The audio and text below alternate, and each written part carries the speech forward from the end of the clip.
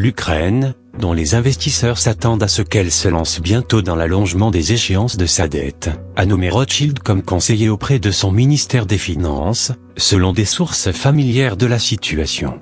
Kiev est revenu sur les marchés de capitaux internationaux en 2017, après avoir désigné Citi, Goldman Sachs et JP Morgan pour diriger une émission obligataire, sa première depuis une restructuration de la dette en 2015. On ne sait pas exactement quel service Rothschild a rendu au gouvernement ukrainien, bien qu'une source ait déclaré à Reuters que la célèbre banque a aidé l'Ukraine à gérer les dettes à moyen terme. Ceux qui le savent disent que toutes les guerres sont des guerres de banquiers, et un nombre croissant de personnes se réveillent au fait que 99% de la population de la Terre est contrôlée par une élite de 1%, mais saviez-vous qu'une famille, les Rothschild, dirige tout, même cette élite de 1%? Dans les coulisses, la dynastie Rothschild est sans conteste la lignée la plus puissante de la planète et sa richesse est estimée à environ 500 000 milliards de dollars.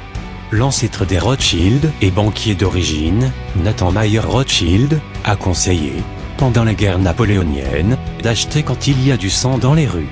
Il s'est avéré juste lorsque la Russie s'est emparée de la Crimée en 2014, les actions russes exprimées en roubles ont grimpé en flèche pendant près de 8 ans.